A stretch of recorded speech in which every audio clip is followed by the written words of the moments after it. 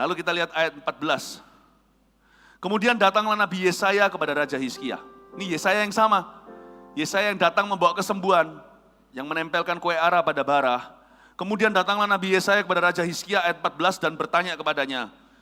Yesaya sudah curiga, apakah yang telah dikatakan orang-orang ini? Ya, kan ditanya tadi, siapa orang-orang ini? Hizkia jawab, sekarang ditanya, apa yang dikatakan oleh orang-orang ini? Dan dari manakah mereka datang? Jawab Hizkia, mereka datang dari negeri jauh, yaitu dari Babel. Yesaya sudah enggak serak, udah enggak damai sejahtera. Siapa orang-orang ini? Dari mana mereka datang? Lalu dia sudah bisa merasakan keangkuhan di hati sang raja yang ditolong Tuhan. Yesaya enggak suka sesuatu salah. Ayat 15 lalu tanyanya lagi, apakah yang telah dilihat mereka di istanamu? Jawab Hizkia, semua yang ada di istanaku telah mereka lihat. Tidak ada barang yang tidak kuperlihatkan kepada mereka di perbendaharaanku. Lalu Yesaya berkata kepada Hizkia, dengarkanlah firman Tuhan. Tunggu ya, kita baca ayat 17 sebentar lagi. Nggak main-main loh. Ini pendeta tegur konglomerat. Ini hamba Tuhan tegur presiden. Bukan nubuat yang enak-enak. Ini luar biasa. Yesaya itu punya keberanian. Lalu dia katakan seperti ini ayat 17. Sesungguhnya suatu masa akan datang bahwa segala yang ada dalam istanamu dan yang disimpan oleh nenek moyangmu sampai hari ini akan diangkut ke Babel. Tidak ada barang yang akan ditinggalkan. Demikianlah firman Tuhan. Dan dari keturunanmu yang akan kau peroleh akan diambil orang untuk menjadi sida di istana Raja Babel. Dari mulut yang sama yang memberikan kata-kata penghiburan. Waktu Yesaya lagi jalan di pelataran tengah, dengar suara audible berkata, berbaliklah, beritahu pada raja, aku sembuhkan dia. Mulut yang membawa kabar baik itu memberitahu ke telinga raja, raja kamu akan sembuh, mintalah tanda, Tuhan kasih ekstra 15 tahun kepadamu. Mulut yang sama yang menghibur adalah lidah dan mulut yang sama yang menegur. Roh Kudus itu demikian, diwakili oleh Nabi Yesaya. Roh Kudus itu sanggup menghibur. Kata-katanya penuh kuasa. Bukan 1 kali, 2 kali loh ya. Sebelum itu Hizkia sudah pernah mengalami kuasa perkataan Allah lewat Yesaya. Lihat nanti Sanherib akan ada roh yang masuk. Dia akan kembali ke negerinya. Gak jadi kepung, padahal sudah dikepung bertahun-tahun tuh Yerusalem. Orang udah makan kotoran itu. Itu kalau gak tahan iman, mereka sudah kanibal makan anak sendiri. Perkataan Yesaya terjadi, Sanherib pulang, dibunuh. Dia akan mati rebah di negerinya sendiri. Dia tidak akan pernah lemparkan panah, tidak pernah akan ayunkan pedang di dalam Yerusalem terjadi. Mulut sama membelamu, mulut yang sama menghiburmu, mulut yang sama memberimu janji-janji Allah. Mulut yang sama akan menegurmu dan memperingatkanmu. Jangan jadikan Roh Kudus badut. Jangan jadikan dia berhala. Give him the freedom, kasih dia kemerdekaan untuk berbicara apa saja dalam hidupmu. Asal hati kita itu mudah diajar, jangan takut, dia tidak akan pernah kasar. Saya selalu ngomong, saya punya hubungan sama Roh Kudus begini, jangan cuma beritahu aku yang enak-enak. Nanti kalau agak enggak enak, aku tutup telinga, enggak mau. Aku mau dengar semua firman-Mu, enak enggak enak. Aku mau dengar semua. Kalau aku adalah anak-anak yang sah, bukan anak gampang. Jangan izinkan aku sudah berakhir di tangan setan, atau nabrak tembok, atau aku binasa baru Engkau bicara. No Tuhan, bicara ke aku sekarang, disiplin aku now. Tahukah Roh Kudus punya kapasitas yang sama dalam kehidupan orang percaya? Satu sisi dia bisa menghiburmu, tapi mulut yang sama bisa menegurmu. Yesaya juga sama. The same mouth that comforts you is the mouth that reproves you. Mulut Yesaya mencambuk raja dan berkata, suatu masa akan tiba. Anak-anakmu akan dikebiri semua. Tidak lain, keturunan Baladan. Akan suatu hari datang, seluruh hartamu ini akan dihabisi oleh orang yang sama yang kau sombongkan. Sebuah pelajaran luar biasa. Catat baik-baik. Untuk hari-hari ke depan saya tidak khawatir apakah Anda diberkati. Saya yakin Saya rasakan hari ini ya, terus terang ya, kenapa saya happy sekali. Saya rasakan kaki Dian, benar. Saya nggak bisa jelaskan. Kalau Anda miss hari ini satu ibadah tadi, sini aja Anda sudah, you are missing the world. Anda betul-betul kehilangan sesuatu yang gede banget. Saya nggak bisa jelaskan. Something, there is just something. Terus terang saya agak sedikit, nggak rela ini, setelah ini ibadah terakhir mau pulang, kalau bisa ada ibadah jam 7. Ya, why not? Ya, kasih tepuk tangan tuh Tuhan, why not suatu hari. Kayak ada lagu di hati saya, ku ingin tetap di sini, menikmati bait-Mu. Ku ingin tetap di sini, dan memandang indah wajah-Mu. Ku ingin tetap di sini, menikmati bait-Mu. Ini loh suasana ini, hadirat ini. Ku ingin tetap di sini, dan memandang indah wajah-Mu. Kaki Dian ini hadirat Allah. Saya rasakan sesuatu yang manis, sesuatu yang nyata. Dan dimanapun Allah berjalan selalu meninggalkan lemak. Trust me, you will be blessed. Yang percaya katakan amin. Anda akan diberkati. Yang saya khawatirkan bukan apakah Anda diberkati atau tidak. Mujizat itu mudah. Yang saya khawatirkan adalah Anda berubah setia kalau diberkati. Itu yang saya khawatirkan. Saya ikut Tuhan itu meskipun saya masih muda, saya ikut Tuhan dari sangat muda, dari umur 18 tahun. 27 tahun saya jalan sama Tuhan. Trust me, percayalah satu hal kalau saya katakan. Yang lebih bahaya daripada pencobaan adalah berkat. Lebih bahaya. Biasanya orang kalau diberkati, tiba-tiba dalam roh punya sifat OKB semua. Hati-hati Bapak Ibu Saudara. Mujizat di tangan yang salah, berkat menjadi kutuk. Saya tidak khawatir. Saya tidak khawatir kalau umat Tuhan tidak diberkati. Pasti diberkati. Saya tidak perlu beriman. Allah yang kusembah adalah Allah yang baik. He's a good God. Kalau good God itu cuma bisa meninggalkan kebajikan dan kemurahan. Kalau orang punya kutu, pasti meninggalkan kutu. Ya kan, kalau orang wangi, kita peluk, nanti pasti parfumnya masih nempel di kita. Orang lipstiknya tebel, nggak tebel, kalau cium sini, close ada lipstiknya. Ya kan? Apa yang ada pada Anda akan tinggal. Saya yakin our good God cuma bisa meninggalkan goodness and mercy dalam hidup anak-anaknya. Cuma bisa kebajikan kemurahan senantiasa mengikutimu sampai akhir hidupmu, Mazmur 23. Yang saya khawatirkan, apakah Anda dan saya kuat pada ketinggian?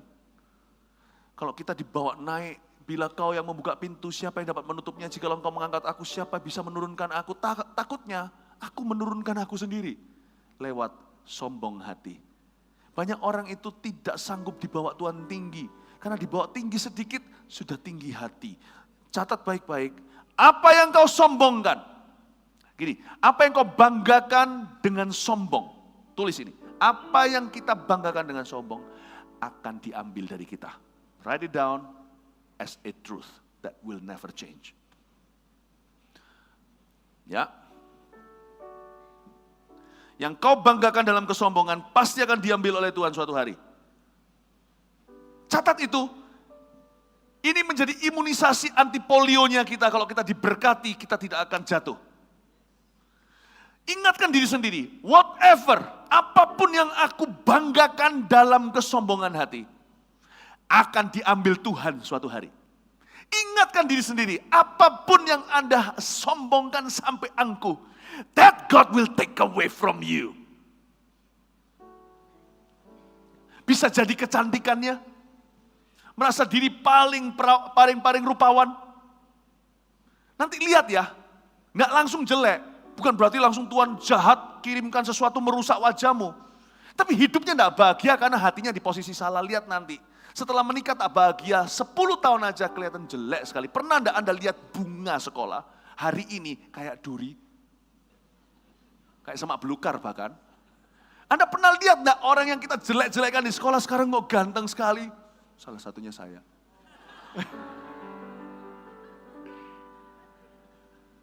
God can turn beauty into ashes. He can turn ashes into beauty. Karena rendah hati, Tuhan berkenan, dia bisa mengubahkan debu menjadi indah. Dia bisa ubahkan cantik jadi debu tanah. No play-play ya with God. No play-play Singaporeanse. Kita datang ke gereja untuk diingatkan, untuk mawas diri. Tidak lebih dari 7 hari manusia harus istirahat sabat supaya ginjal dan nirnya tidak masalah. Tidak lebih dari 7 hari rohanimu harus disiram, kalau tidak gitu akan lupa diri. Lalu 7 bulan berikutnya, seperti ada sesuatu memukul kepalamu, Anda tidak tahu dari mana Anda jatuh. Makanya saya teduh tiap hari. Bercermin sama Yesus. Ingatlah ini sebagai kebenaran yang Anda pelajari di gereja. Ini mempersiapkan Anda untuk diberkati. Waktu kecil saya vaksinasi anak-anak, minta dokter untuk imunisasi polio, tifus contohnya. Bukan supaya mereka dapat tifus atau polio, tapi supaya mereka jadi anak yang sehat dan kuat. Aku anak sehat, tubuhku kuat. Karena ibuku rajin dan cermat. Bila aku diare, aku diberikan ASI. Makanan bergizi dan imunisasi. Nah, masa saya lupa zaman SD.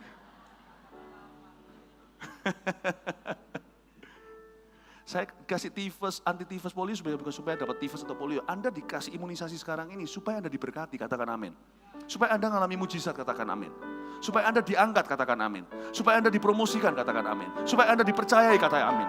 Supaya apapun yang kau berbuat akan dibuat berhasil, katakan amin.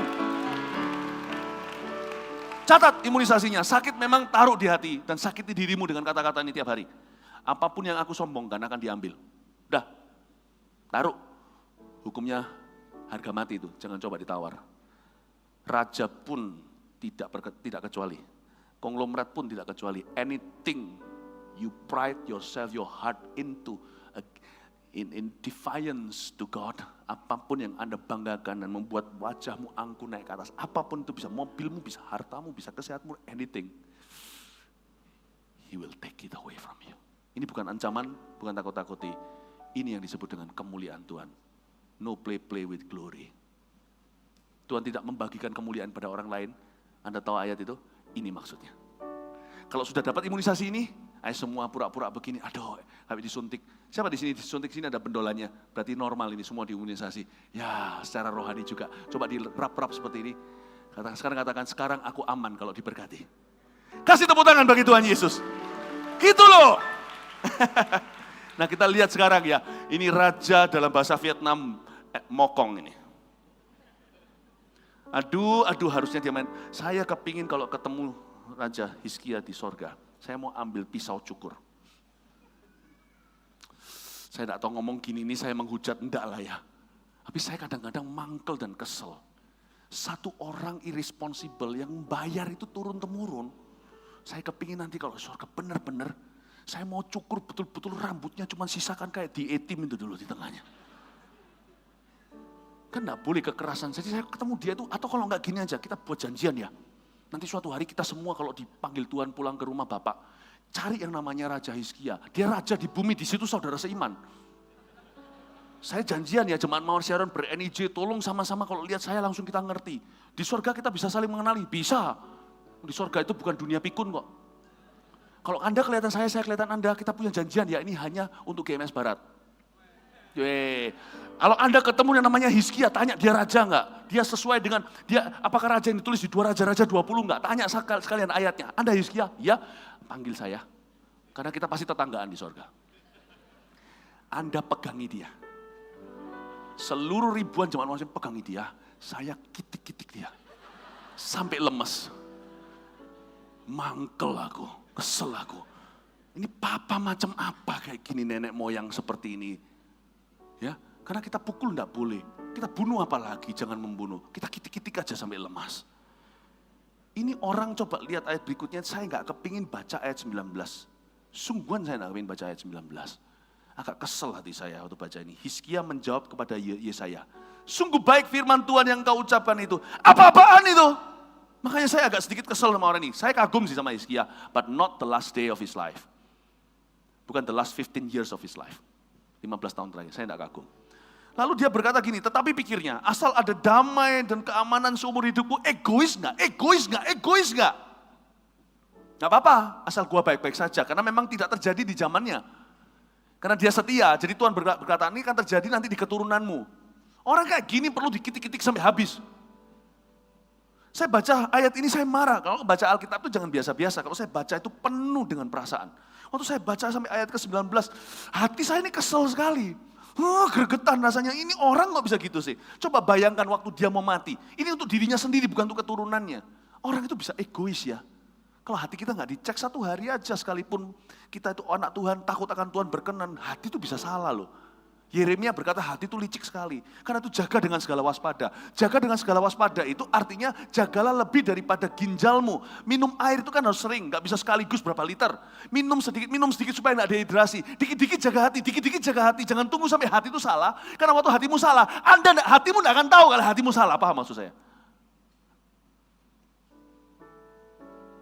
Jaga. Hati itu harus dijaga terus. Waktu salah, tiba-tiba salah. Anda tidak tahu kapan salah, dan hati Anda masih belum sadar kalau itu salah. Orang lain lihat itu salah pun, Anda tidak sadar-sadar kalau Anda lagi salah. Jaga dengan segala waspada itu, jaganya itu seperti orang minum air. Untuk ginjal 1 hari berapa liter, minum. Dikit-dikit jangan lupa minum air, dikit-dikit jangan lupa minum air, dikit-dikit jangan lupa minum air, dikit-dikit jangan lupa cek hati, dikit-dikit jangan lupa cek hati, dikit-dikit jangan lupa cek hati. Dehidrasi paling mati, hati salah masuk neraka. Saya baca ini, saya bilang, aduh ya ampun Tuhan, waktu dia mau mati, bisa merengek-rengek dan berkata, Tuhan remember me. Dia protes sama sorga, tapi gak terang-terangan, dia pakai cara ngambek yang indah. Dia berkata, masa aku mati umur 40, Tuhan kasihan dan masihku dikasih 15 tahun lagi. Sekarang ini, anak-anaknya sudah dinubuatkan oleh Yesaya, gara-gara kelakuannya yang enggak-enggak, akan semuanya sengsara dan banyak yang mati pula. Dia berkata, fine. Asal nggak terjadi di zamanku.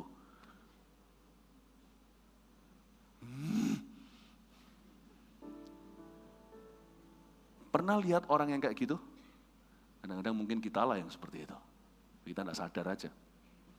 Kita lakukan sekarang, anak-anak yang tanggung kita tahu kok. Yang selingkuh, padahal anak-anaknya yang malu. Tahu tapi tetap selingkuh. Kita ambil uang orang, kita tahu nanti anak-anak kita dikejar hutang, suatu hari dijadikan budak. Kita tahu, tapi kita sendiri gitu. Saya nggak suka baca ayat ini, ayat yang 19, tapi karena ini ayat firman Tuhan saya harus baca. Tapi ayat 20 penghiburan buat saya. Mati lu, dia mati. Selebihnya dari riwayat Hizkia, segala kepahlawanannya, dan bagaimana ia membuat kolam dan saluran air dan mengalirkan air dari ke dalam kota. Bukanlah semuanya itu tertulis dalam kitab sejarah Raja-Raja Yehuda. Kemudian ayat 21 ini, happy ya. Kemudian Hizkia mendapat perhentian bersama-sama dengan nenek moyangnya alias mati, meninggal dunia. Ya wis, sudah waktunya. Maka Manasye anaknya menjadi raja menggantikan dia. Tidak heran Manasye membalas dia. Manasye adalah Raja Yehuda yang sangat jahat. Ayat 20, segala riwayat Hizkia, kepahlawanannya, bagaimana ia buat kolam, saluran air, mengalirkan air ke dalam kota. Bukankah semuanya itu tertulis dalam kitab sejarah Raja Yehuda? Bapak Ibu Saudara, tidak dipungkiri Hizkia banyak jasanya. Hizkia itu punya banyak achievements atau yang dia capai di masa hidup dan pemerintahannya. Namun semua keberhasilanmu tidak akan bisa mendempul, tidak akan bisa menebus kegagalan kita di area sengaja. Karena itu Bapak Ibu Saudara, ayat itu ditaruh terakhir seperti tidak signifikan, cuman asal lewat saja segala kepahlawanan. Bagaimana dia buat kolam, saluran air, itu luar biasa loh. Itu menghidupi rakyatnya. Mengalirkan air ke dalam kota, semuanya itu teknologi itu canggih.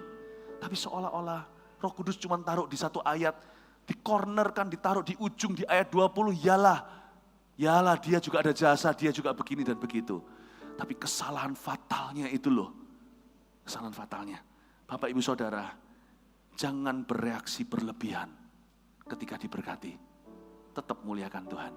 Ayat 21, Hizkia mati. Ya saya ya gak happy sih, cuman waktu saya baca gitu, aduh sayang ya. Dia memulai dengan baik dan benar, mengakhiri kurang baik. Karena itu Bapak Ibu Saudara jangan lengah. Kalau Anda menjadi orang baik hampir seluruh hidupmu, komitmenlah ke depan untuk tetap baik. Karena Anda masih hidup berapa waktu, jangan sampai mengakhiri dengan cara yang salah. Itulah sebabnya orang ikut Yesus itu bukan 20 tahun, saya sih 27 tahun kalau hitung-hitungan tahun. Bukan 50 tahun, bukan 3 tahun, bukan. Orang yang ikut Yesus itu semua kita tuh usianya cuma 1 hari. Setiap hari pikul salib, sangkal diri, ikut Yesus. Usiamu dan usiaku, berapa tahun jadi orang Kristen, tidak peduli. Kita semua usianya 1 hari. Kalau kita gagal jadi orang Kristen 1 hari, suatu hari kita akan gagal jadi orang Kristen. Karena itu Bapak Ibu Saudara, di sini saya dorong di akhir ibadah untuk tiap hari. Kalau Anda di gereja diajari untuk berdoa, praktekkan di rumah. Anda diajarkan di sini mengampuni, di charge di sini, pakai HP-mu sehari-hari. Hidupmu berguna bagi manusia. Pakai untuk mengampuni, lakukan. Jangan cuma mingguan, jangan sekali-kali. Jadilah orang Kristen setiap hari. Amin. Dan ada satu lagi yang saya tambahkan, pelajaran dari Hizkia, tidak bereaksi berlebihan.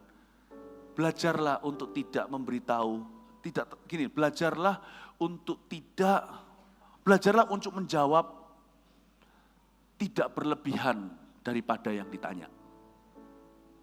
Kalau orang tanya, pernah nggak sih gini ya, kalau dalam pergaulan sehari-hari ya, kadang-kadang kita juga melakukan itu, lalu menyesal nanti malamnya. Orang itu nggak tanya, tapi Anda ngomong sesuatu. Pernah ya?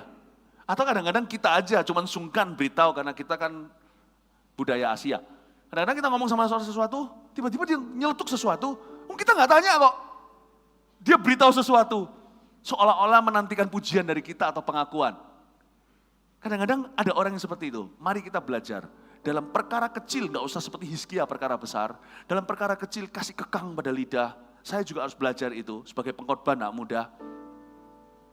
Do not talk more than required, more than you are required. Jangan bicara lebih daripada yang diperlukan.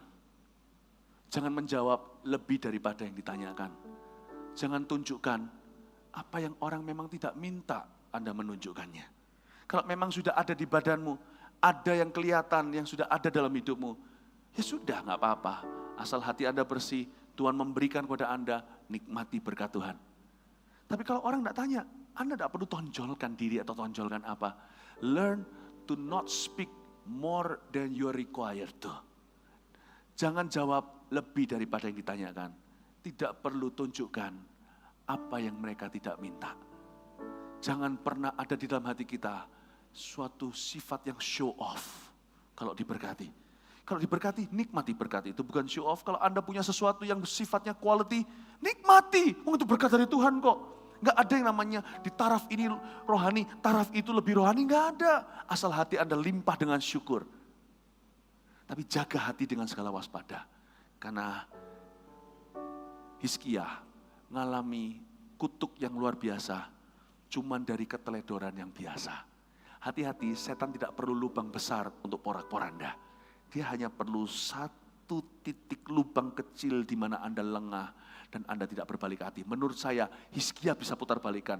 Dia kemarin dulu nangis ditambah 15 tahun kok. Harusnya Hizkia kembali lagi memalingkan dirinya ke tembok. Seperti waktu dia dinubuatkan untuk mati, iya kan? Kenapa dia berkata fine, asal tidak terjadi di masa hidupku. Kenapa dia menerima? Harusnya dia bertobat seperti Daud gitu loh. Dia koyakkan pakaiannya meskipun tidak berguna. Akhirnya anak pertama dari Batsheba, kokonya Salomo itu mati meninggal dunia. Daud tetap mencoba. Harusnya Hizkia sekali lagi setrap diri. Waktu dia dinubuatkan mati kan dia menghadap ke dinding. Dia berpaling.